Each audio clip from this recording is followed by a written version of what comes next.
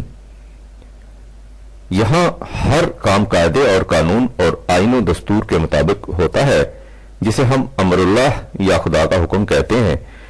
جب وہ عالم محسوسات میں کار فرما ہوتا ہے تو قوانین کی حدود میں محدود ہو جاتا ہے۔ وَقَانَ امر اللہ قدرًا مقدورا 33/38 ظاہر ہے اسلیم جہاں ہر کام قانون کے مطابق سر انجام پاتا ہو وہاں نہ کسی کی خوشامد درآمد کی ضرورت ہوتی ہے، نہ رشوت اور نذرانے کی، وہاں نہ کسی وسیلے کی احتیاج ہوتی ہے، نہ کسی سفارش کی تلاش، وہاں نہ کسی سے بے انصافی ہوتی ہے، نہ کسی کی رو رعایت۔ اس انداز حکومت میں وَاتَّقُوا يَوْمًا لَا تَجْزِي نَفْسٌ عَن نَّفْسٍ شَيْئًا وَلَا يُقْبَلُ مِنْهَا شَفَاعَةٌ وَلَا يُؤْخَذُ مِنْهَا عَدْلٌ وَلَا هُمْ يُنصَرُونَ۔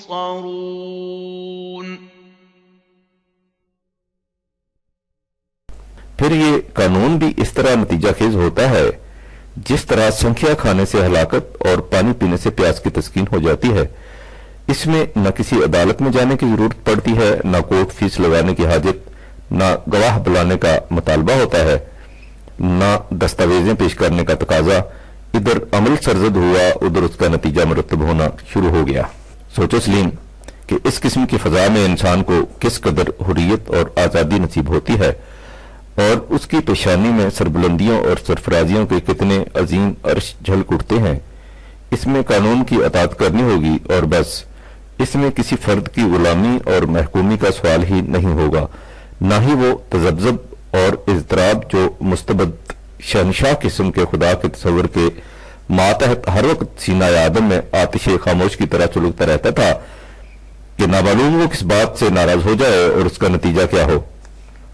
اب ہر شے کے پیمانے مقرر ہیں، ان پیمانوں قوانین کا علم حاصل کیجئے تو آپ کو معلوم ہو جائے گا کہ فلاں عمل کا نتیجہ کیا ہوگا۔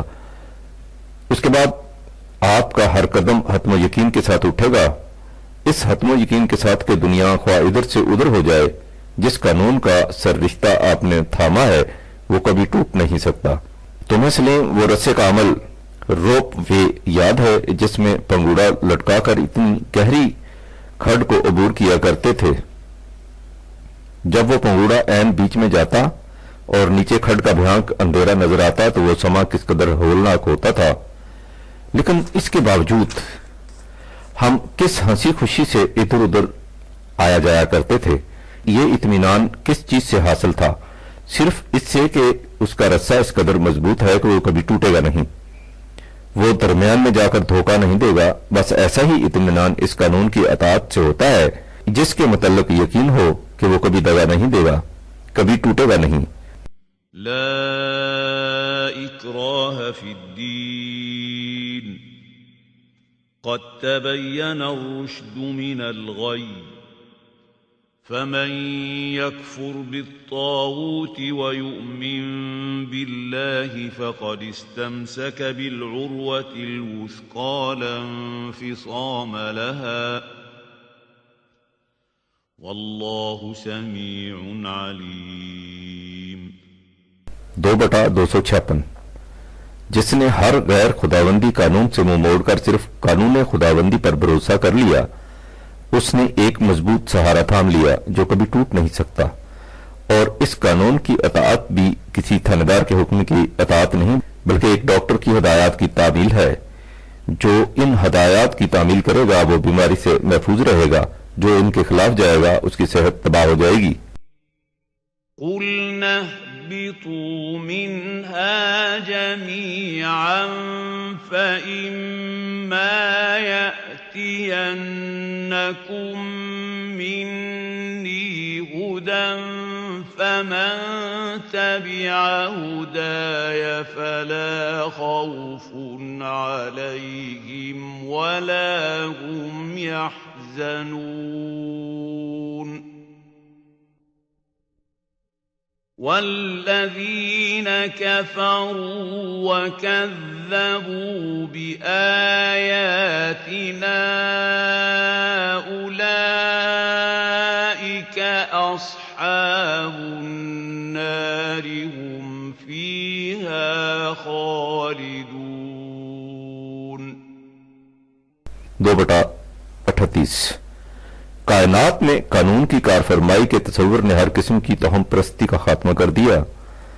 اس کا مطلب یہ ہے کہ کائنات میں کوئی حادثہ یوں ہی ہنگامی طور پر رونما نہیں ہوتا، بلکہ سلسلہ علت و معلول کاز اینڈ ایفیکٹ کے مطابق ہوتا ہے۔ اس حقیقت نے ہر ذہن کو دعوت غور و فکر دی اور اس طرح خدا کے اس تصور سے سائنٹیفک دور کا آغاز ہو گیا اور علم انسانی کے لیے تحقیق و کاوش کے لا انتہا راستے کھل گئے۔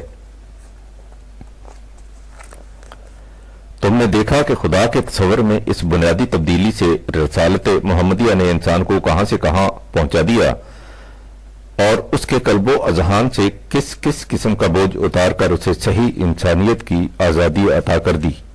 مذہب کی دنیا میں خدا کے بعد رسول کا درجہ آتا ہے۔ رسالت محمدیہ سے پہلے اقوام عالم نے اپنے مذہب کے بانیوں کو انسانی سطح سے اٹھا کر خدائی مسرت پر بٹھا دیا تھا۔ ہندو اپنے رشیوں کو پرمیشور کا اوتار مانتے تھے، زرتشتیوں کا مترا خود خدا مانا جاتا تھا، عیسائیوں نے حضرت مسیح کو خدا کا بیٹا ہی نہیں بلکہ خدائی میں تیسرے حصے کا شریک قرار دے رکھا تھا، علاوہ اس کے کہ یہ چیز علم و حقیقت کے خلاف تھی۔ ذہنی انسانی پر اس کا اثر یہ تھا کہ لوگ سمجھتے تھے کہ وہ بڑے بڑے کارنامے جو ان بزرگوں سے سرزد ہوئے دوسرے انسانوں سے عمل میں نہیں آ سکتے کیونکہ وہ مافوق البشر قوتوں کے حامل تھے۔ یہی وجہ تھی کہ یہ قوم اپنی نشاط ثانیہ تازہ حیات قومی کے لیے کسی مافوق البشر آنے والے کا انتظار کرتی تھیں۔ ان کا عقیدہ یہ تھا کہ یہ کام ہم لوگوں سے ہو ہی نہیں سکتا۔ تم سمجھتے ہو سلیم کہ اس عقیدہ کا نتیجہ کیا ہوا؟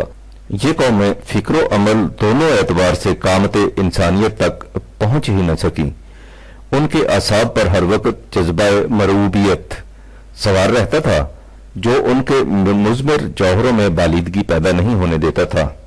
رسالت محمدیہ صلی اللہ علیہ وآلہ وسلم نے آ کر اعلان کیا کہ انا بشر مثلکم یوحی الیہ، اس خصوصیت کو چھوڑ کر کہ نبی کو خدا کی طرف سے وحی ملتی ہے، وہ تمہارے ہی جیسا انسان ہوتا ہے، لہذا وحی کے مطابق جو انقلاب اس نے برپا کیا تھا وہ تم بھی کر سکتے ہو۔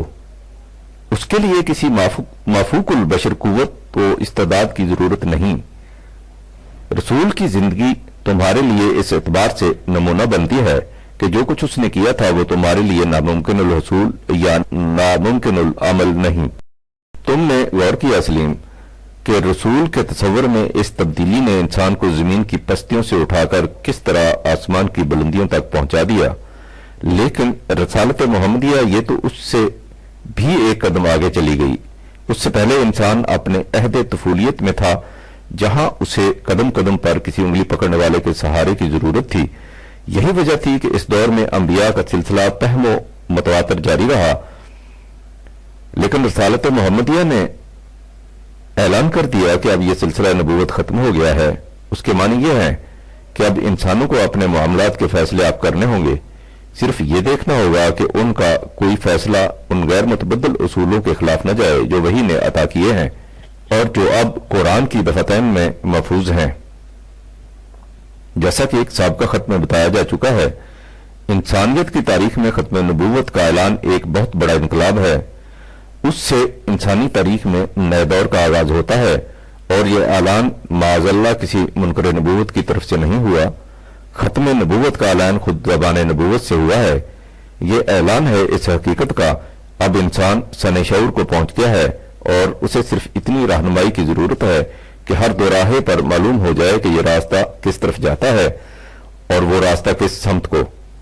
تم نے غور کیا اسلیم کہ یہ رسالت محمدیہ نے اس باب میں کس قدر حریت فکر و عمل اور خود اعتمادی و خود فیصلگی کی صلاحیت عطا کی ہے۔ مذہب کی دنیا میں تیسری چٹان یا زنجیر کیا پورے کا پورا جیل خانہ پیشوائیت کی لعنت ہے، وہی جسے انگریزی میں پرسٹہوڈ، ہندوؤں کے ہاں برہمنیت اور ہمارے ہاں ملائیت کہا جاتا ہے۔ یہ زنجیریں وہ ہیں جو انسان کو ایک قدم بھی اپنی مرضی سے اٹھانے نہیں دیتی۔ یوں بیٹھو، یوں اٹھو، یوں سو، یوں جاگو، یوں چلو، یوں پھرو، یوں کھاؤ، یوں پیو، دایاں پاؤں ادھر رکھو، بایاں ادھر، سیدھا ہاتھ یوں اٹھاؤ، الٹا یوں۔ پوری زندگی ایک مستبد ڈکٹیٹر کی ریجمنٹیشن بنا دی جاتی ہے۔ سوچو سلیم کہ انسانیت پر یہ بوجھ کس قدر گراں اور یہ زنجیریں کس قدر استخواں شکن تھیں۔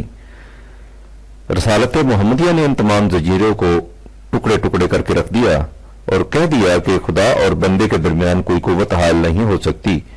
قانون کی اطاعت میں پیشوائیت کا کیا کام؟ اس سے آگے بڑھیے۔ مذہب کی دنیا میں نجات کا تصور سامنے آتا ہے، اسے در حقیقت مذہب کا مقصود و منتہا قرار دیا جاتا ہے۔ خود لفظ نجات اس کی غمازی کرتا ہے کہ انسان کسی جیل خانے میں محبوس یا سخت زنجیروں میں مقید ہے اور ان زنجیروں سے رہائی حاصل کرنا نجات ہے۔ رسالت محمدیہ نے اس کا اعلان کیا کہ نجات کا یہ تصور غلط ہے۔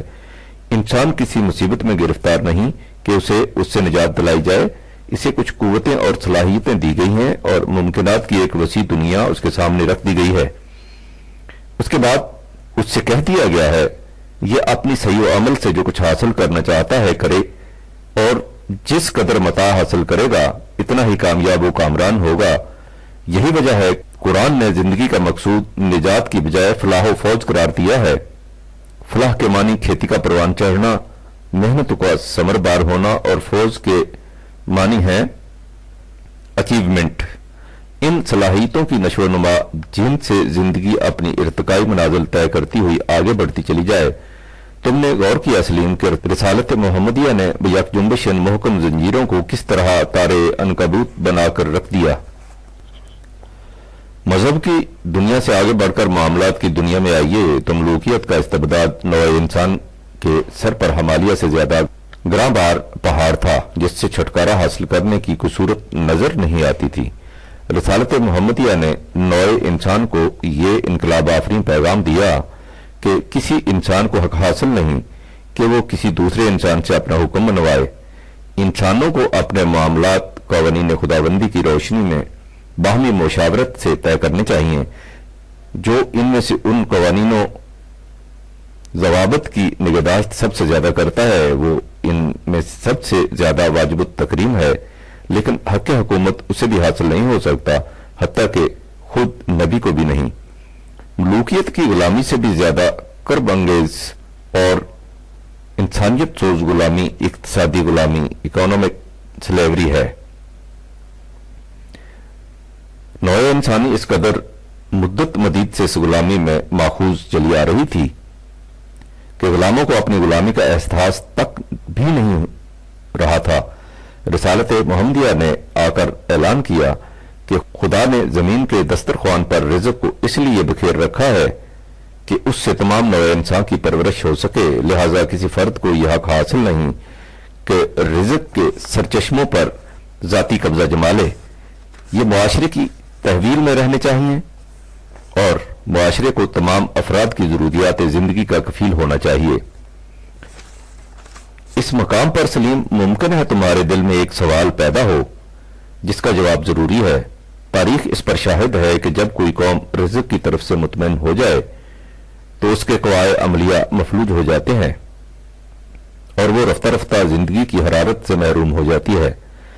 اگر قرآنی نظام کے ماتحت افراد معاشرہ کو حصول رزق کی کشمکش سے نجات دلا دی جائے تو کیا ان کی بھی یہی حالت نہ ہو جائے گی؟ یہ اعتراض بڑا معقول نظر آتا ہے اور تاریخ اقوام انسان کو اسی نتیجہ پر پہنچاتی ہے۔ لیکن سلیم اس کی وجہ یہ ہے کہ انسان نے اپنی زندگی کا مقصود صرف حصول رزق قرار دے رکھا ہے۔ اس کے نزدیک زندگی حیات طبیعی کا نام ہے اور جب اسے اس زندگی کی بقا کا سامان رزق میسر آ جائے تو اس کے بعد اس کے سامنے کوئی ایسا مقصد نہیں رہ جاتا جس کے حصول کے لیے جدوجہد کرنی پڑے۔ یہ وجہ ہے کہ جب کوئی قوم رزق کی طرف سے مطمئن ہو جاتی ہے تو اس کی قوتوں میں عزم حلال شروع ہو جاتا ہے، لیکن قرآن نے طبعی زندگی کو محض حیوانی سطح کی زندگی قرار دیا ہے، اس لیے یہ مقصود و منتہائے انسانیت نہیں۔ اس نے انسان کے سامنے اس سے کہیں بلند اور وسیع مقاصد رکھے ہیں، ان کی تفصیل مختلف مواقع پر بتا چکا ہوں، اس لیے ان کے دہرانے کی یہاں ضرورت نہیں۔ قرآن نے یہ دیکھا کہ انسان کی یہ کس قدر بدنصیبی ہے کہ اس کی ساری توانائیاں محض حصول رزق میں ضائع ہو جاتی ہیں اور وہ ان سے بلند مقاصد کی طرف توجہ ہی نہیں دے سکتا، اس لیے اسے روٹی کی طرف سے مطمئن کر کے اس کی تمام توانائیاں کو اعلیٰ مقاصد کے حصول کے لیے محفوظ کر لیا اور اس سے کہہ دیا کہ وہ اپنی تمام توجہات کو ان مقاصد پر مرکوز کر دے اور اس طرح اقطار السماوات والارض سے آگے نکل جانے کی کوشش کرے۔ ذرا غور کرو سلیم کہ رسالت محمدیہ صلی اللہ علیہ وآلہ وسلم نے اس ایک تبدیلی سے عالم انسان میں کتنا بڑا انقلاب پیدا کر دیا۔ اس نے انسان کی تمام توانائیوں کو جو حصول رزق جیسے اسفل مقصد ہی میں ضائع ہو جاتی تھیں محفوظ کر لیا، لیکن رزق کی طرف سے اطمینان ہو جانے سے انسان میں جو توتل پیدا ہو جاتا تھا اس کے سامنے بلند ترین مقاصد رکھ کر نہ صرف اس تعطل کو دور کر دیا بلکہ اس کی زندگی کو جہاد مسلسل میں تبدیل کر دیا، ایسے مسلسل جہاد میں کہ جانے والی نسل جس حد تک راستہ طے کر جائے آنے والی نسل کے لیے وہ مقام سفر کا نقطۂ آغاز بن جائے۔ یہی وجہ ہے کہ قرآن ماضی کی طرف نگاہ رکھنے کے بجائے ہمیشہ مستقبل کو سامنے رکھنے کی تاکید کرتا ہے۔ اسی کا نام ایمان بالآخرت ہے اور یہ بجائے خواہش بہت بڑا انقلاب ہے جسے رسالت محمدیہ نے انسانی نگاہ میں پیدا کیا ہے، یعنی ہمیشہ نگاہ مستقبل پر رکھنی۔ وبالآخرات ہم یوقنون، اس زندگی میں بھی مستقبل پر اور اس کے بعد کی زندگی میں بھی۔ خط لمبا ہو گیا ہے لیکن اسے ختم کرنے سے پہلے میں خصوصیت کبریٰ کا تذکرہ ضروری سمجھتا ہوں جو میرے نزدیک رسالت محمدیہ کا نوع انسانی پر احسان عظیم ہے۔ تم غور کرو کہ انسان اپنی طبعی دنیا میں نسلاً بعد نسل ترقی کرتا ہوا کس طرح آگے بڑھتا ہوا چلا آ رہا ہے۔